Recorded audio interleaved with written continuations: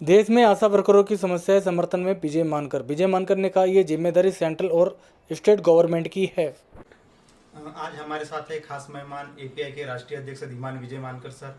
Sir, हम आपसे ये जानना चाहते हैं कि इंडिया में जो है कॉन्ट्रैक्ट एम्प्लॉय का बहुत बड़ी समस्या है, जैसे आशा वर्कर हो गए, आंगनवाड़ी सेविकाएं हो गई, ये ग्रामीण आजीविका मिशन वाले लोगों का समस्या है। तो इनका प्राइवेट और पब्लिक सेक्टर में काफी यानी कम वेजेस में इनको काम करना पड़ रहा है।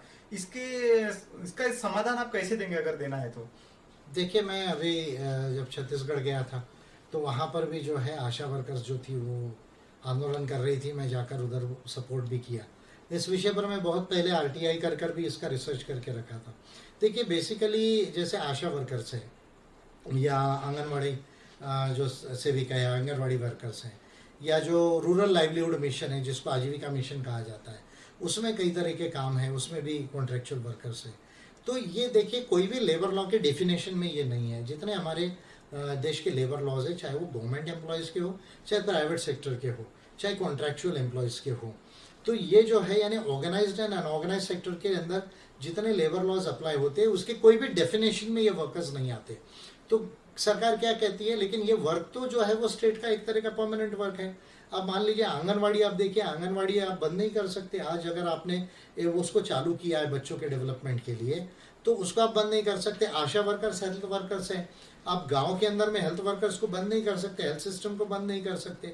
लाइवलीहुड मिशन आप इसलिए लाए हैं कि भाई आमदनी बढ़े, रोजगार बढ़े, थोड़ा छोटा बिजनेस जो है वो बड़े गांव का जो एग्रो बेस्ड हो, इसलिए गवर्नमेंट ने लाई है। और उसी के लिए आपने livelihood mission, rural livelihood mission या आजीविका मिशन के वर्कर्स को रखा है।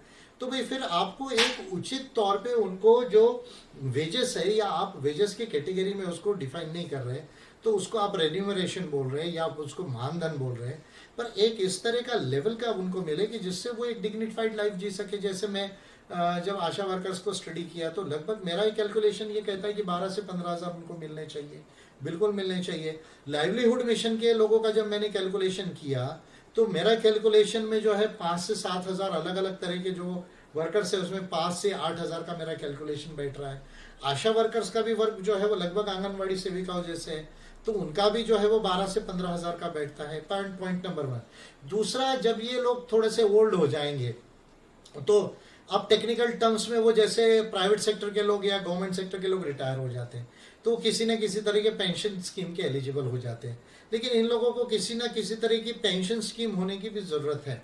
तो कॉन्ट्रीब्यूटरी पेंशन लाई जा सकती है, एक छोटा सा परसेंट, मान लीजिए 8%, 10% आप उनसे ले लीजिए, बाकी गवर्नमेंट 10, 12, 15% उसमें डाले, और उसको एक पेंशन ट्रस्ट जो है ऑलरेडी पेंशन फंड से बने हुए, उसको जो है वो गवर्नमेंट बॉन्ड्स के अंदर इन्वेस्ट किया जा सकता है, वो मार्केट के अंदर भी लिमिटेड वे में जो है वो इन्वेस्ट किया जा सकता है। उससे एक रिटर्न आ जाएगा जो मान लीजिए उनको पेंशन जो है, जैसे जो लास्ट उनका जो रेम्यूनरेशन है उसका 40%, 50% भी अगर उनको मिल जाए और उस फंड से मिलते रहेगा, आपको कुछ एक्स्ट्रा नहीं करना है क्योंकि उसमें उनका भी पैसा है कॉन्ट्रीब्यूटरी पेंशन में। तो इस तरह की कोई एक पॉलिसी बनाने की जरूरत है और इस तरह की डिमांड, क्योंकि करोड़ों की संख्या में वर्कर्स है हमारे देश में, हर स्टेट में, और सेंटर स्टेट दोनों का इसमें शेयर है।